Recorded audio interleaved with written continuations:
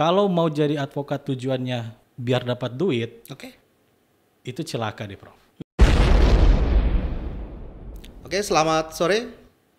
Salam ketemu kembali dengan Profesor Santiago. Jumpa kembali dalam acara obrolan santai pada sore hari ini. Pada sore hari ini saya kedatangan tamu yang sangat istimewa. Beliau bernama Boris Tambubolon. Ya, beliau adalah alumni dari Fakultas Hukum Universitas Borobudur yang pada saat ini beliau berkiprah menjadi seorang pengacara atau advokat muda yang berprestasi. Nah, oleh karena itu pada sore hari ini layaklah saya hadirkan di ruang podcast Doktor Hukum Universitas Borobudur. Selamat sore Mas Boris Tambubolon. Selamat sore, Prof. Ya, jadi saya panggil Mas ya, walaupun dia orang Medan gitu ya, tapi saya panggil Mas Boris karena hatinya ternyata lebih manis daripada orang Jawa gitu ya. Bagaimana Mas Boris, sehat ya? Sehat, Prof. Sehat. Alhamdulillah bisa datang ke kampusnya ya, di alma maternya. Iya nih, udah lama nggak datang. Udah lama ya? Bagaimana setelah datang ke kampus, apa yang Anda lihat dari penampakan kampus kita? Makin keren sih, Prof. Makin keren Makin ya? keren lah. Kampusnya, fasilitasnya makin oke lah. Keren. Mengikuti nggak Hukum Borobudur Channel? Ikutin dong. Saya udah subscribe, saya udah nonton. Pokoknya setiap kali ada yang baru tuh kan pasti bunyi itu. Oke. Loncengnya itu saya nonton. Ya, karena kita berbeda dengan podcast yang lain, lebih banyak adalah mengedukasi dan menginspirasi kepada masyarakat yang lain. Ya. Nah, pada sore hari ini juga saya ingin memberikan suatu pengalaman ya, suatu kiprah dari seorang Boris, sehingga pada tahun 2021 ini dinobatkan oleh salah satu magazine di Indonesia menjadi salah tokoh muda inspiring ya kepada dalam dunia kepengacaraan atau advokat. Ya. Bagaimana sebenarnya setelah Anda mendapatkan penghargaan tersebut kepada diri Anda dan profesi Anda, Mas Boris? Ya awalnya terkejut juga, Prof ya, karena kita kan tidak pernah punya kepikiran misalnya dapat penghargaan, award dan segala macam.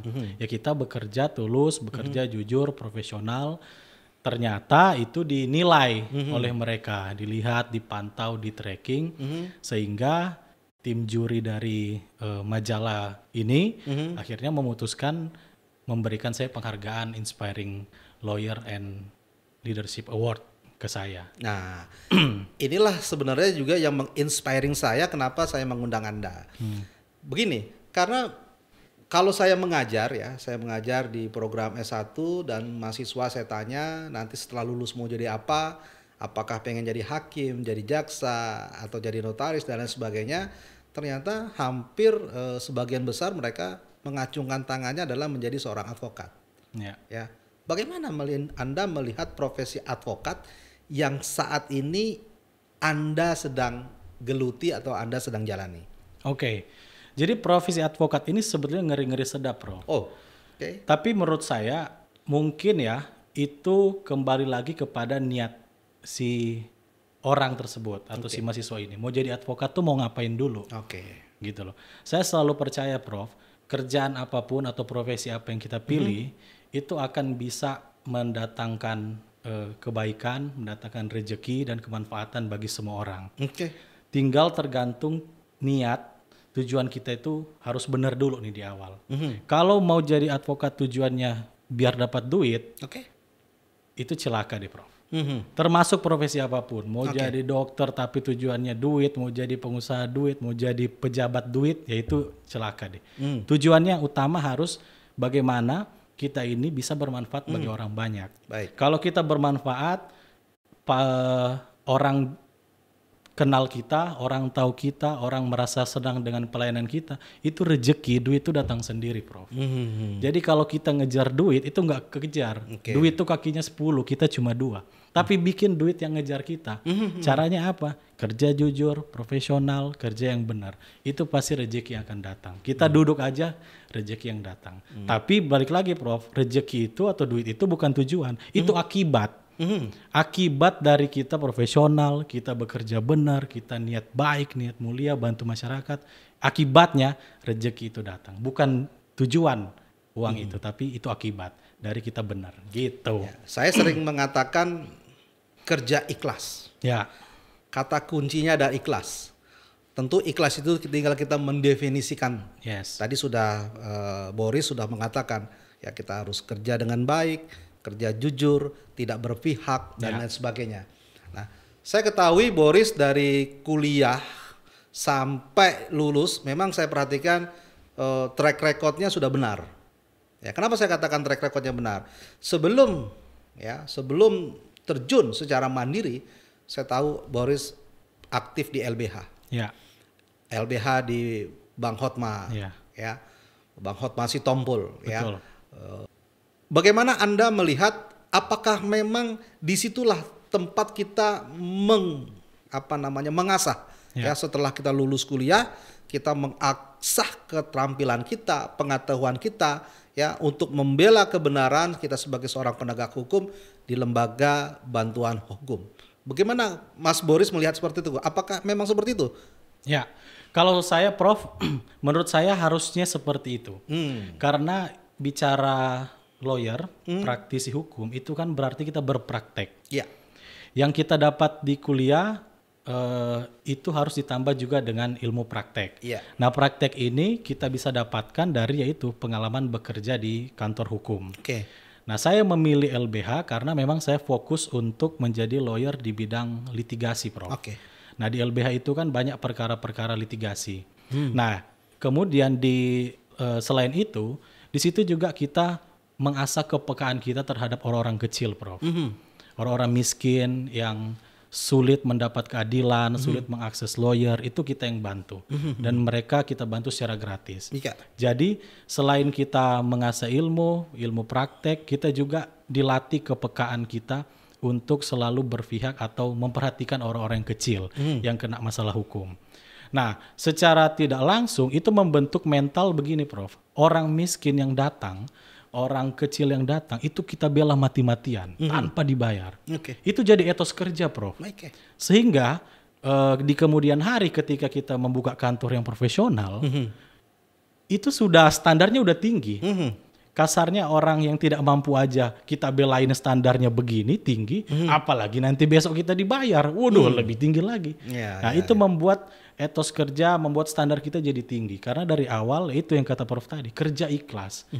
Bekerja ikhlas dan kasih yang terbaik gitu loh. Kita nggak mikirin, wah nanti gue kerja ini dapat berapa ya. Nggak ada kepikiran waktu itu, Prof. Kerja pokoknya ada perkara, orang susah kita bantu dengan sebaik-baiknya. Nah sekarang saya buka kantor sendiri, itu jadi standarnya seperti itu. Jadi nggak bicara uangnya dulu, kita bantu sungguh-sungguh. Di akhir ternyata kita dapat rezeki dari situ, ya alhamdulillah, puji Tuhan gitu. Ya betul ya. Karena kita ketahui bahwa profesi advokat ini profesi yang mulia. Officium nobile. Bahkan dalam di undang-undang advokat pun sudah dikatakan dengan jelas bahwa advokat adalah penegak hukum. Artinya kalau kita bicara penegak hukum seperti Dewi Keadilan ini, ya kan, dia tidak akan berpihak, tetapi adalah kebenaran lah yang keadilan lah yang diutamakan. Nah, Mas Boris gitu ya. Selama Anda berprofesi sebagai advokat, khususnya di awal-awal profesi Anda sebagai advokat, Anda tadi sudah mengatakan sebagai seorang advokat yang lebih banyak melakukan pro bono di LBH. Memang masyarakat bawah ini perlu atau banyak yang kita harus lindungi, terutama dalam mencari keadilan. Banyak, Prof. Jadi kalau dibandingkan dengan jumlah lawyer yang ada, itu sebetulnya tidak mencukupi untuk bisa melayani seluruh masyarakat Indonesia. Jadi sangat jauh sekali jumlahnya. Udah gitu, dibatasin lagi dengan apakah semua lawyer ini mau bantuin orang yang miskin. Itu kata kuncinya. Betul. Memang tidak salah, orang itu pilihan masing-masing ya.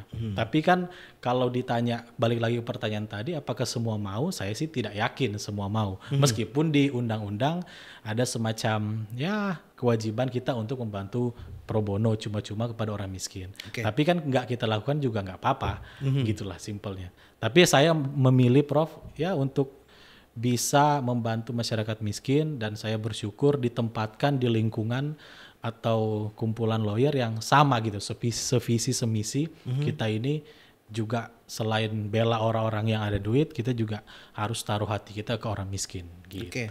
Kalau pengalaman Mas Boris ya, yang walaupun belum masih seumur jagung lah ya pengalamannya ini, bagaimana sebenarnya dalam membela masyarakat yang memang secara pro bono itu kita bantu ya, dalam prakteknya memang karena ketidakmampuannya dia membayar atau karena ketidakpahamannya mereka dalam melakukan penyelesaian hukum. Jadi dua-dua itu Prof sebenarnya. Ada yang memang karena tidak mengerti sehingga dia melakukan dalam tanda kutip lah dilaporkan, tapi sebenarnya tidak ada niat dia untuk melakukan pidana tersebut. Niat dia baik segala macam, cuma caranya mungkin kurang baik, ya kan, dilaporkan. Yang kedua ada juga karena memang karena tidak ada biaya, gitu loh. Mau urus ke sana, mau urus kemari, tidak bisa Prof. Karena apa? Misalnya mau ke pengadilan, dia mau maju sendiri bingung. Sementara mau pakai orang yang ahli, dalam hal ini misalnya pengacara, dia nggak punya uang, gitu loh. Jadi akses dia untuk menuntut hak dia itu, jadi nggak bisa, gitu kan? Nggak bisa dilakukan karena tidak ada biaya tadi itu, gitu. Jadi memang dua faktor itu sangat luar biasa ya dalam kehidupan sehari-hari di tengah-tengah masyarakat ya. Selama Mas Boris ya berkiprah dalam dunia advokat, ada nggak hal yang menarik waktu membela di pro bono itu, yang membuat Boris terkesan? Ya, kira-kira ada masalah apa kira-kira? Saya dulu ingat pernah belain pengamen Prof. Dia dituduh membunuh, padahal tidak. Jadi ceritanya ada orang tergeletak di bawah jembatan. Mereka ini ada pengamen 4 orang. Lihat nih, itu kok ada orang tergeletak, bantuin yuk, bantuin. Mereka bantuin. Jadi waktu ditemukan si orang yang tergeletak ini memang sudah penuh luka badannya, ya habis dibacok orang lah atau segala macam. Akhirnya mereka inisiatif, ayo beliin minum. Jadi uang ngamen mereka itu Prof, mereka pakai itu untuk beli minuman sama roti buat si abang-abang yang tergeletak ini. Ternyata pas mereka datang di situ ada satpam datang. Satpam mencurigai mereka, kalian apain ini orang? Wah, nggak tahu Pak, kami juga nemu abang-abang ini tergeletak sini. Kalian lah yang nusuk dia ya segala macam. Oh enggak. Dipanggil lah polisi, ditangkaplah mereka Prof.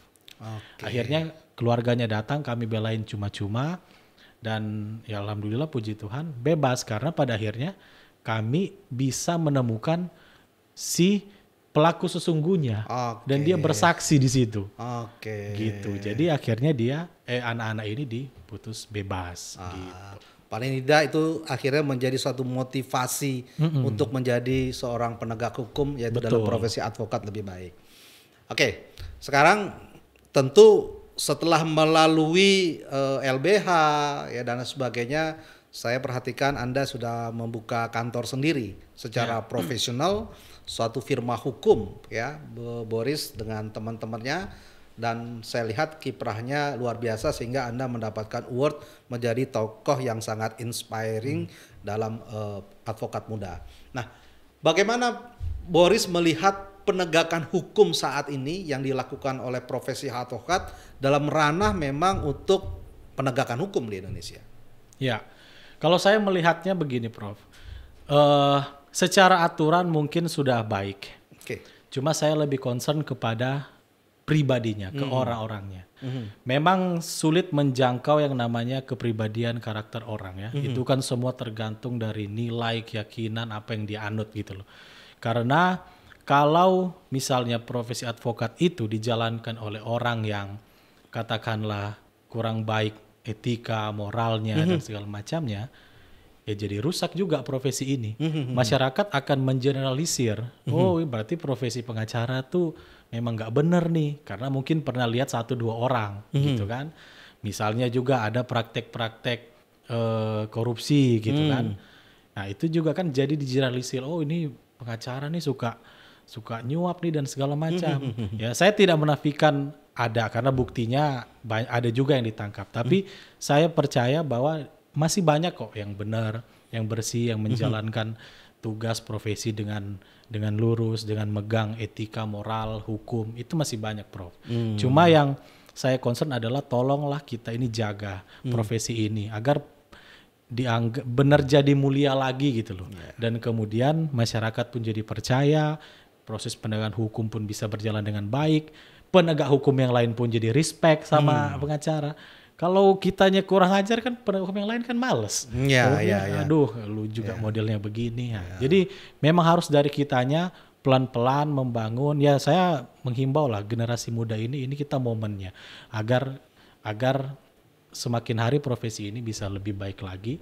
Dan percayalah kalau soal rezeki itu pasti akan datang lah. Kalau kita benar ikhlas, jujur, baik, profesional, datang sendiri deh, nggak usah khawatir, Bro. Rezeki itu tidak akan ditukar. Yes. Dan rezeki itu tidak akan tertukar. Yes. Ya. Di masa-masa lampau atau bahkan sampai sekarang itu masih juga di bahan omongan atau tersirat ada dua kubu. Advokat hitam dan advokat putih. Selalu itu aja. Itu kelompok advokat hitam. Oh itu advokat putih. Tadi saya sangat mengapresiasi apa yang dikatakan Boris. Kita sebagai generasi muda. Ya, inilah sebenarnya momennya, momentumnya.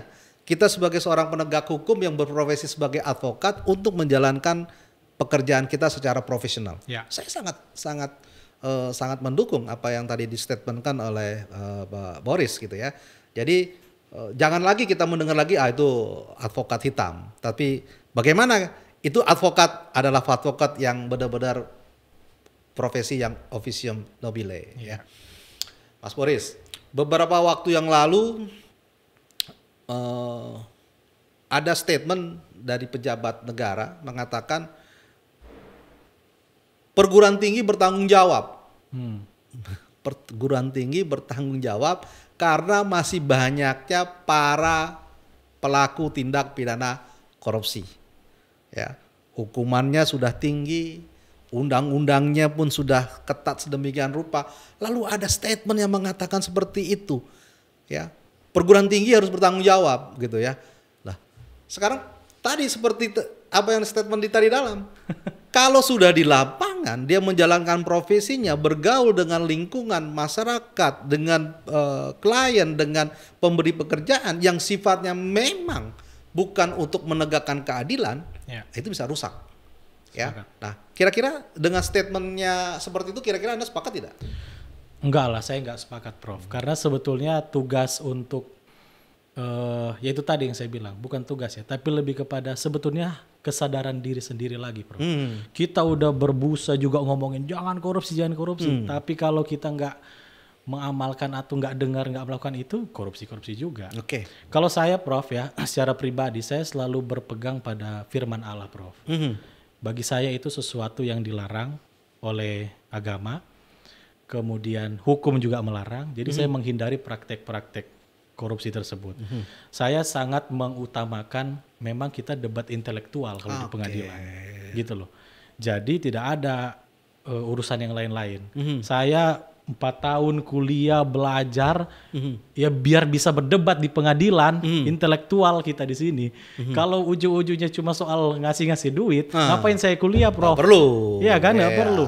Saya datang ke sana banyak-banyakan duit aja kita. Seperti itu. Jadi itulah fungsinya. Jadi sebenarnya membangun peradaban, Prof. Bagaimana profesi kita ini bisa bekerja dengan jujur, berdebat intelektual, itu suatu kehormatan. Pun kalau kalah, kita tuh bakal jadi ketawa aja, lucu aja. Kan pasti pertimbangan hakimnya ngaco tuh kan, Prof. Kita kan akan ketahuan. Orang yang belajar ngerti pertimbangannya kok gini, ya udahlah ketawain aja. Oke, oke. Dan di awal Prof, kalau saya selalu tekankan ke klien, kalau memang mau pakai kita, ikutin rules kantor ini. Kita tidak ada praktek aneh-aneh, kita strict aturan hukum. Oke. Kalau ibu atau bapak mau, ayo. Kalau enggak, silakan cari yang lain. Saya sangat setuju itu. Gitu. Ya, saya sangat setuju itu. Jadi bangunlah dari awal. Ya. Jangan kita dari awal atau dari muda sudah terkena virus yang tidak baik. Ya, khususnya dalam praktek penegakan hukum di Indonesia. Baik, Mas Boris, saya sangat bangga kepada Anda ya sebagai seorang alumni dari Fakultas Hukum. Di samping Anda juga sebagai seorang advokat, ternyata yang bersangkutan juga sudah mengeluarkan atau menulis buku ya. Ini jadi motivasi juga bagi teman-teman ya untuk menulis yang bisa keilmuannya itu, pengetahuannya itu, pengalamannya itu di-share kepada masyarakat. Beliau menulis bagaimana memahami hukum dalam masyarakat. Ya, ini sangat baik ya. Ini saya pikir teman-teman bisa carilah di toko buku atau bisa di online juga. Di online gitu ya, ketik aja atau kalau minta free datang aja ke kantornya pasti akan dikasih oleh Mas Boris ya di kantornya ya.